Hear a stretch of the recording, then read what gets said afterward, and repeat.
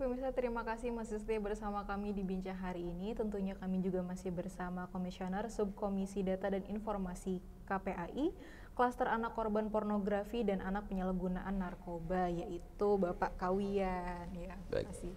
Baik, tadi kan kita juga sudah membahas bagaimana tayangan pornografi atau tayangan dewasa itu dapat mempengaruhi pola pikir anak, kemudian ada beberapa faktor-faktor yang mendorong adanya dispensasi menikah, dan kemudian juga bagaimana sih media itu menyajikan tayangan-tayangan dewasa sebetulnya, Pak.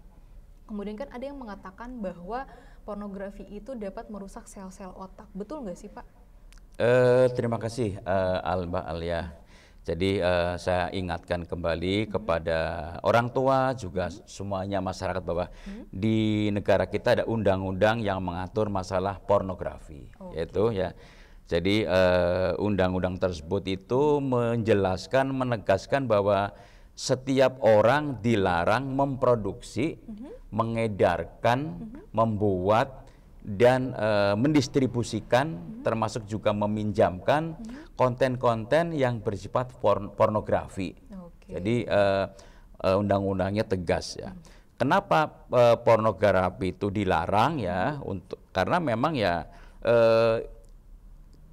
sebagai satu material tentang suatu produk ya, pornografi kan bisa berdampak sangat tidak baik, berpengaruh negatif kepada terutama anak-anak ya. Jadi kalau saya baca, kita pelajari dari para ahli mengatakan bahwa dalam otak kita itu ada yang namanya PFC. PFC itu prefrontal cortex ya. Disebutkan bahwa PFC itu hanya ada pada manusia. Fungsinya apa? Fungsinya untuk agar kita punya konsentrasi atau fokus ya. Kedua, dengan PFC itu kita juga bisa memahami mana yang benar, mana yang salah. Nah, kemudian juga bisa menunda kepuasan, mengendalikan diri, berpikir kritis dan merencanakan masa depan. Nah, itu yang ada di otak kita. Saya kira kalau fungsi-fungsi itu saya kira berbeda dengan yang ada di hewan ya. Jadi manusia sebagai makhluk Tuhan yang sempurna memiliki apa yang disebut dengan PFC itu. Ya. Jadi PFC itu merupakan bentuk kepribadian ya. Dengan PMC itu kita memiliki kepribadian dan perilaku sosial. Ya, jadi hanya saja memang PFC itu merupakan sesuatu yang rawan ya. Rawannya tadi gampang rusak, gampang ada pengaruh gitu.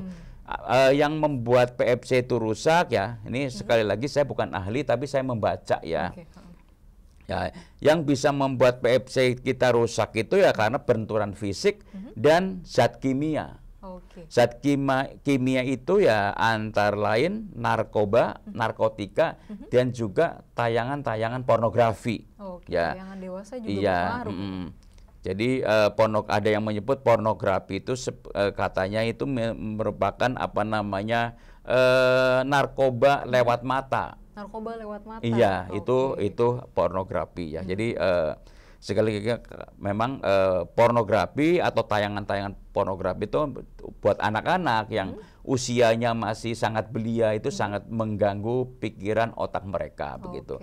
Jadi kalau orang sudah terganggu otaknya maka sulit mengendalikan diri, sulit membedakan mana yang baik dan mana yang benar gitu. Jadi juga sulit dikendalikan begitu.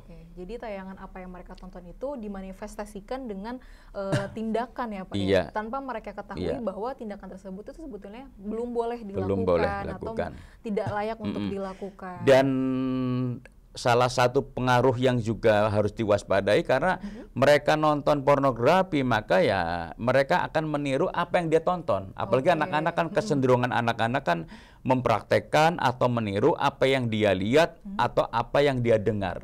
Karena anak itu peniru unggul ya Pak. Betul, iya.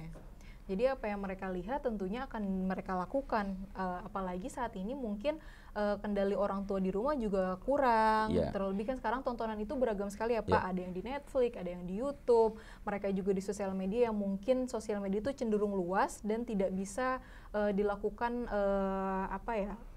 pengawasan secara simple, mungkin kalau di media kan ada satu media apa yang menayangkan, kemudian KPI mungkin dan KPAI juga bisa bekerja sama untuk melihat bagaimana cara penanggulangannya. Tapi bagaimana Pak ketika anak itu sudah cenderung menyukai hal-hal seperti itu, apakah dari KPAI ada rehabilitasinya Pak? Saya kembali menggarisbawahi apa yang disampaikan oleh Al ya, soal orang tua, peran orang tua ya. Jadi sekali lagi bahwa orang tua harus mendampingi, mengawasi ya anak dalam berkegiatan di media sosial yang berbasis internet.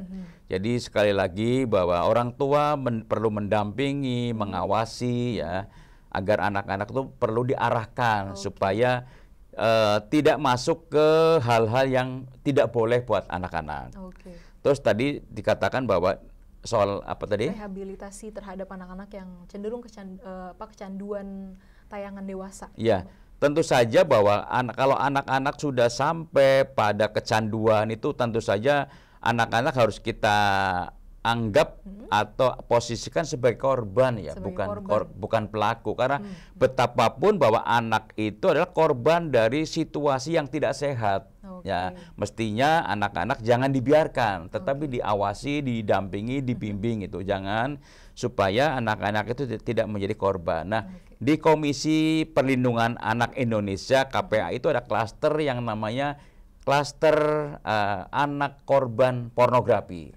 Jadi kita berharap dari klaster itu KPAI bertugas untuk menangani agar anak-anak yang menjadi korban pornografi itu ditangani dengan baik, direhabilitasi, diedukasi supaya anak-anak itu kembali kepada posisi atau keadaan yang sehat begitu. Tapi kalau dilihat Pak, dari mungkin di sini kan tentang tanggung jawab etika dan moral. Kalau dilihat dengan mungkin konsumsi internet yang berlebihan pada saat ini, mudahnya informasi yang didapatkan, banyaknya media yang menyajikan hiburan-hiburan dalam tanda kutip, siapa sebetulnya yang berperan besar dalam tanggung jawab etika dan moral? Iya, kalau kita kembali kepada undang-undang ya pemerintah pusat, pemerintah daerah, dalam hal ini pemerintah provinsi, kabupaten, pemerintah kota ya, dan juga masyarakat dan orang tua. Nah, tetapi di sini kalau soal secara umum ya pemerintah bertanggung jawab paling utama ya. Pemerintah harus membuat satu sistem atau regulasi supaya anak-anak itu tidak dengan mudah bisa mengakses tayangan-tayangan di media sosial, di internet gitu.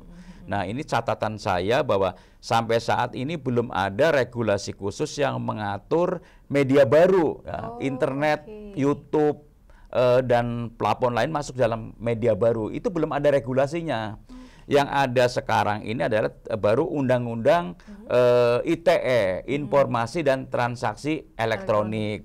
Dan kedua, undang-undang nomor 32 tahun 2002 tentang penyiaran. Nah, sekali lagi bahwa media yang ada di media sosial dengan penyiaran televisi kan beda. Oleh karena itu sekali lagi catatan saya perlu saat ini tuh dibuat undang-undang yang mengatur mengenai media baru, termasuk YouTube dan sebagainya. Begitupun dengan tayangan-tayangan yang mungkin saat ini ada di media, kan salah satunya mungkin sinetron ya Pak. Sinetron juga ada tuh adegan-adegan yang mungkin dianggapnya sebagai adegan dewasa. Tapi saat ini mungkin KPAI ada nggak sih Pak kolaborasi dengan KPI gitu menanggapi hal ini? Mestinya ada, dan yang sudah dilakukan adalah kesepakatan Komisi Perlindungan Anak Indonesia dengan Komisi Penyiaran Indonesia atau KPI adalah mereka membuat gugus pengawasan konten siaran ya, karena memang antara KPAI dan KPI memang ada irisan tugas yang sama, bagaimana memberikan perlindungan terhadap perempuan dan anak begitu.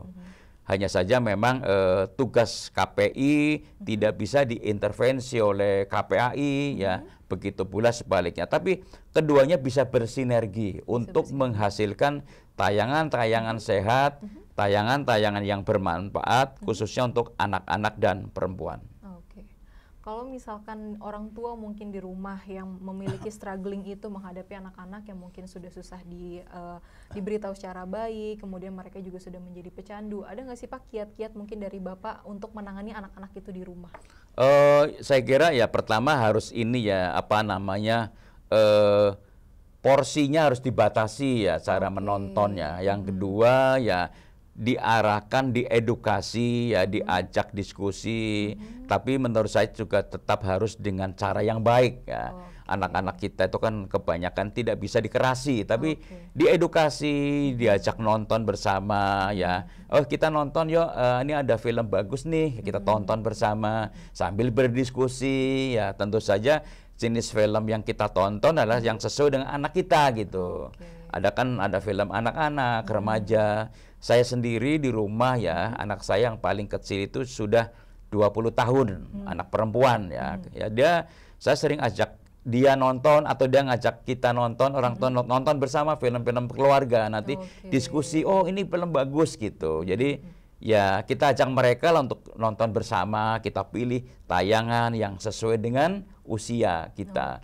Saya kira cukup banyak ya film, sinetron yang inspiratif, yang membuat kita menjadi lebih nasionalis, membuat kita jiwa sosialnya terbangun ya, membuat kita lebih ramah, lebih santun kepada orang, meniru dengan apa yang dipraktekkan di sinetron atau film itu banyak ya. Oke, tinggal bagaimana kita mau hadir. Betul, orang tua ya. mau hadir di samping anak ketika menonton, kemudian mungkin menjadi pembelajaran di rumah ya, bagaimana orang tua tuh mengatur tontonan anak. Apalagi mungkin saat ini anak-anak tuh hampir setiap hari deh Pak ya, untuk jangan anak-anak mungkin orang dewasa juga hampir full dalam satu harinya itu menggunakan internet, mengakses tayangan-tayangan yang mungkin dianggapnya sebagai hiburan.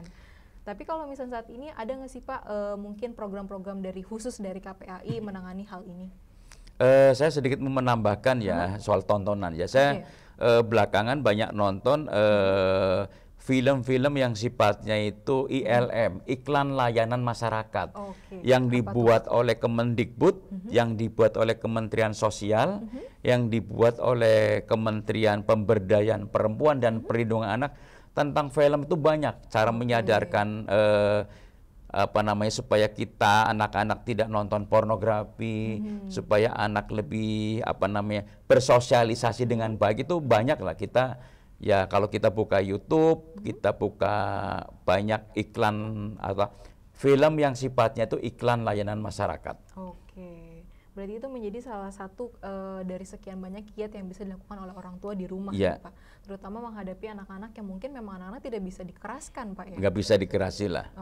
Betapapun anak kan harus, ada anak kita, kita bertanggung jawab untuk mengarahkan, mendidik dan membimbing mereka untuk menjadi yang lebih baik ya. Terlebih kalau memang mereka sudah menjadi kecanduan ya Pak, baik itu dari mungkin obat-obatan terlarang, kemudian tayangan-tayangan dewasa, itu harus dari hati ke hati ya Pak. Dari hati ke hati. Tidak bisa dengan dikeraskan, apalagi anak-anak mungkin kalau dikeraskan nanti mereka akan meniru lagi nih apa yang dilakukan oleh orang tuanya, sehingga apa yang mungkin diharapkan oleh orang tua di rumah, anak-anaknya bisa berperilaku dengan baik, tontonan dengan baik, justru malah sebaliknya, karena mereka merasa tidak diarahkan dengan benar, malah dibentak.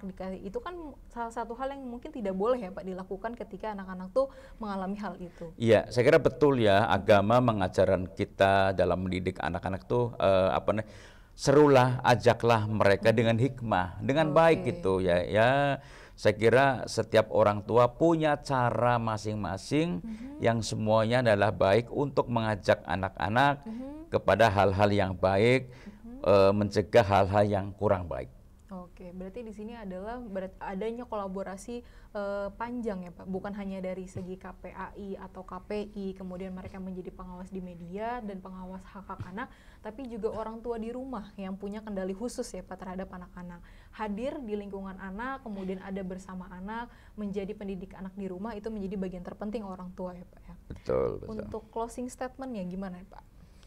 Closing statement ya, ini hari-hari ini kita baca di media ya, di TV, di internet, di media-media online itu kekerasan terhadap anak itu luar biasa banyak ya. Bukan hanya di kota tetapi di daerah-daerah terpencil ya. Jadi ini semacam bahwa darurat keselamatan anak itu sudah benar-benar dalam kondisi darurat. Sudah lampu kuning, bahkan menurut saya lampu merah. Apa yang harus kita lakukan ya? Ini merupakan tanggung jawab semua ya. Negara, pemerintah, pemerintah provinsi, kabupaten, kota, dan sekolah ya harus bertanggung jawab, harus menganggap ini sebagai satu peringatan bagi kita untuk bersama-sama melakukan pembenahan.